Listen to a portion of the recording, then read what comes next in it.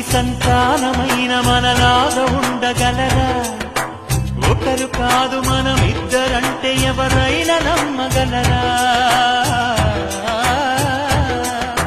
నువ్వు పెంచిన పిల్ల పాపలకు కన్న తండ్రినైనా ప్రేమ పంచిన తీరులోననే నిన్ను మించగలనా? ఏ పుణ్యం చేశాను నేను ఈ స్నేహం పొందాను, నా ప్రాణం నీదైనా నీ చెలిమిరులో తీరేనా?